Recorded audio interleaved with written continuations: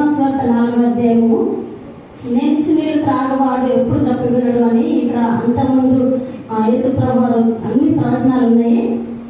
దప్పికొన ఎడల నా ఇద్దరు వచ్చి దప్పి తీర్చుకోనవలను అనే వాక్యం ఇక్కడ ఉంది. దాహం వేసిన దగ్గరకు వచ్చి మీ దప్పుగా తీర్చుకొని చెప్పిన ప్రభు దాహం కొన్నటువంటి ఆయనకు కలిగిన దాహం ఏంటో, నిజంగా నీకు నీరు అనే దాహం ఆయనకు కలిగిందా, లేదంటే ఆయన కలిగిన దాహం ఏంటో ఇప్పుడు మనం ఇక్కడ చూసుకుందాము. యోహాను సువార్త 4వ అధ్యాయము 7వ వచనం.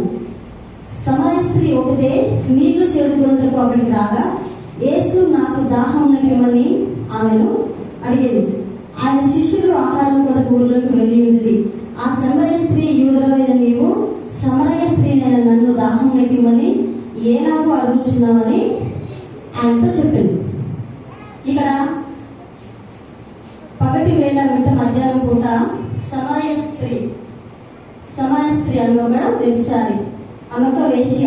అయితే ఆమె ఎవరు లేని సమయంలో మిట్ట మధ్యాహ్నం వేళ ఎండ కాల్చిన వేళ అక్కడ భార్య దగ్గరికి వస్తుందని దేవుడికి తెలుసు.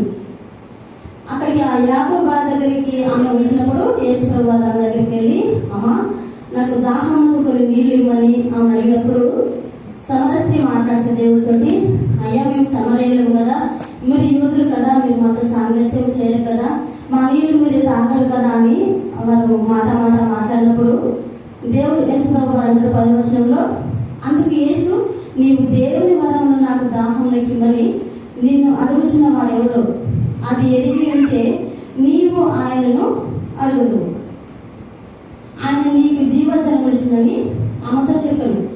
అంటే ఇక్కడ యేసు ప్రభు వారు మాట్లాడుతున్న ఎవరో ఆమెకు తెలియదు, కానీ నువ్వు తెలుసుకునేది ఉంటే, నీకు తెలిసి ఉంటే, నువ్వు ఆ మాట ఎరిగి ఉంటే ఆ నీళ్లు కావాలని నీవే నన్ను అడుగుతావు, నేను అప్పుడు నీకు ఆ నీళ్ళు ఇస్తాను, నీకు ఇచ్చే నీళ్ళు నేను త్రాగితే మళ్ళా దాహం వేస్తుంది, కానీ నేను ఇచ్చే నీళ్ళు మీరు త్రాగితే మీకు ఎప్పుడు దాహం వేయదని ఇక్కడ కింది వచనంలో దేవుడు తనతో మాట్లాడిన ఇక్కడ మనము చూస్తున్నాము. ఇక్కడ మాట ఇక్కడ మాట్లాడిన తర్వాత కిందికి వచ్చిన తర్వాత ఆమె గురించి దేవుడు మొత్తం చెప్తాడు. ఆమె దేవుడు ఇట్లా అని చెప్తే, నేను చేసిన వాడిని నాతో చెప్పిన వాడు దేవుడు నిజంగా మా కోసం వచ్చిన మెస్సియా నువ్వే అని నేను గ్రహిస్తున్నాను, నువ్వే మెస్సియా అని తనకున్న నీళ్లు చేరుకోవడానికి తీసుకొచ్చిన గుండెని